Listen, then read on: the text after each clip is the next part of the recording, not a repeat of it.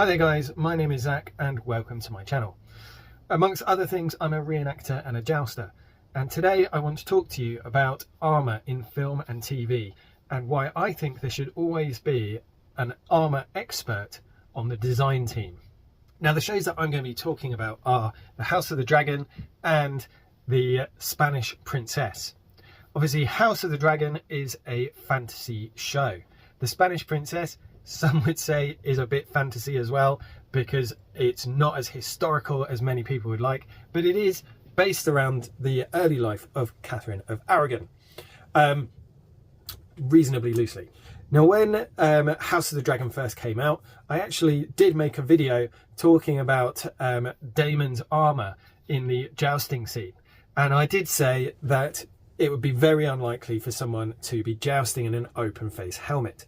Now, having as we've grown to know the character more, and as a few people, including Metatron, has pointed out to me, there are actually examples of medieval knights jousting in with their sallet slightly open.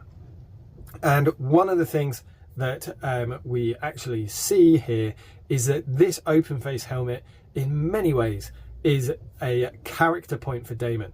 As a prince, he is he doesn't care about being hit because he knows that no one would dare hit him in the face, and because he's arrogant and believes that he is able to deal with anything, he doesn't care about splinters. So in this case, where the armour is not exactly as you might want it if you were yourself jousting, it's actually telling you something about the character. The thing that surprises you when you watch it tells you about the character, it feeds into them as a character, and while you might not agree with him, while you might think that he's a bit foolhardy, it is actually a character beat for him. So the armour design is feeding into the character. Now, on the other hand, we have the Spanish Princess, and in this instance we actually have her travelling up to deal with a Scottish invasion, and she herself puts on armour as part of this show. Now, we don't really have any evidence that she actually wore any armour historically, but I'm not going to touch on that more than I already have. What we do have here is an armour that is very, very silly.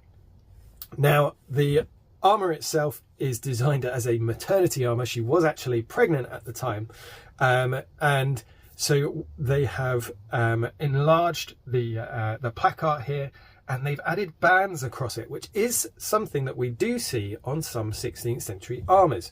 Not in that place, as far as I'm aware, although if you can correct me, please leave it in the comments down below. But what we do see is grand guards, so the shoulder armour, sometimes having this crisscross pattern on it. Now, I think that probably someone in the design department has seen that armour style and thought, oh, they've reinforced that area with those crisscross patterns. If someone were pregnant, they would definitely want their armour to be reinforced around the stomach, so they've added a crisscross pattern across that area of the stomach, thinking, oh, you know, she's a mother, she's going into battle, she's going to have a reinforced breastplate to help protect her unborn baby. However, that is not what that crisscross pattern is used for. We nowadays might call this a gridded grand guard, and generally, as far as I'm aware, and medieval craziness and Renaissance craziness means that there's always an exception to the rule, but we believe that these are basically just used in jousting. When you're jousting with a wooden shield, the lance can bite into the wood of the shield, which allows you to break the lance. However, when you have a metal shield like the gridded grand guard, the lance can't bite in quite so well. So they added this grid across the cross hatching to allow the lance to gain more purchase and allow it to break more easily.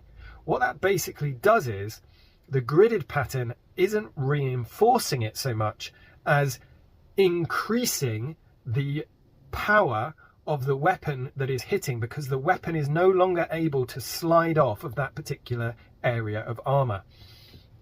So this particular design is not reinforcing the armor there, although it might do that a little bit.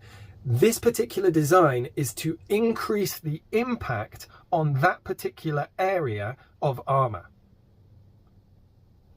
So what we have here is a misunderstanding, and someone who is a designer, a costume designer, but doesn't have the historical understanding, creating a character beat that they thought would make her seem more like a good mother and a fierce warrior, whereas actually this character beat says that whoever designed that armor has absolutely no idea what that armor is used for.